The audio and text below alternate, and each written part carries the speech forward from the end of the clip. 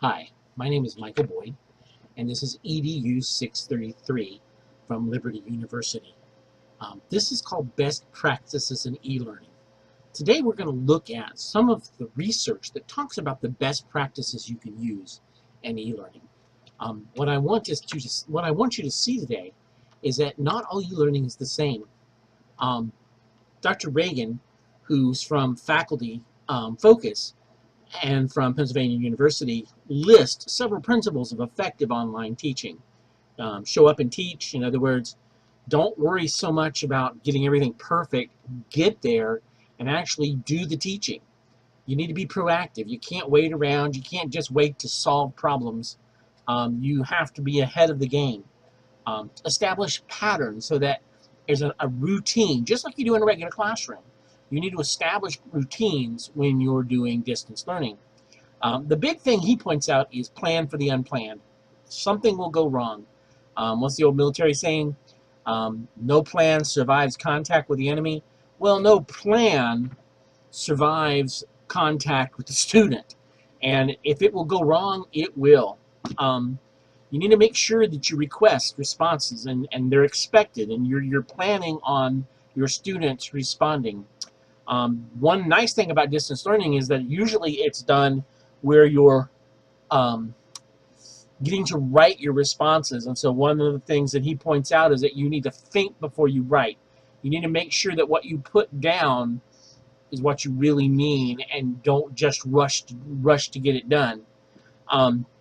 He also suggests that you make sure you maintain forward progress. Once you start, you need to keep going, and you can't backtrack and try to go back and fix something that you messed up on. You take notes, you learn from it, and the next time you do it, you plan to complete it. The one last thing that he really points out is that you need to keep all communication very safe and very secure, because the bottom line is, especially in a school setting, you want to make sure that what you're communicating to your students and what they're communicating to you stays within the school. You do not want this to be an outside event where you're contacting them by home email. So I wanted to talk about something called conspiracy code. And this is one of the great innovations that I really think has hit public schools. And conspiracy code was initially developed by the Florida Virtual School in 2009, and it was adopted as an American history course by the Virtual Learning Academy in 2014. And what conspiracy code is an online game where you learn history. The teachers actually are the SISOPs, for lack of a better word. They oversee the game.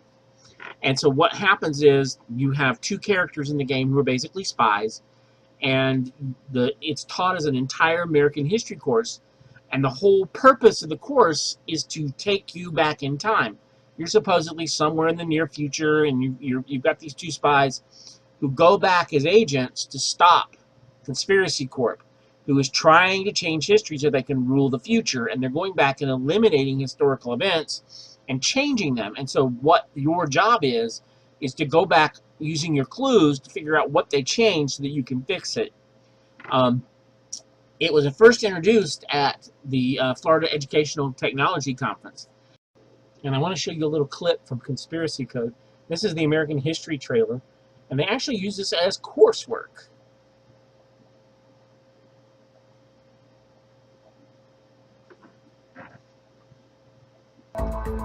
Conspiracy Code is a revolutionary online American history course developed by Florida Virtual School and 360 Ed, a leading education game company.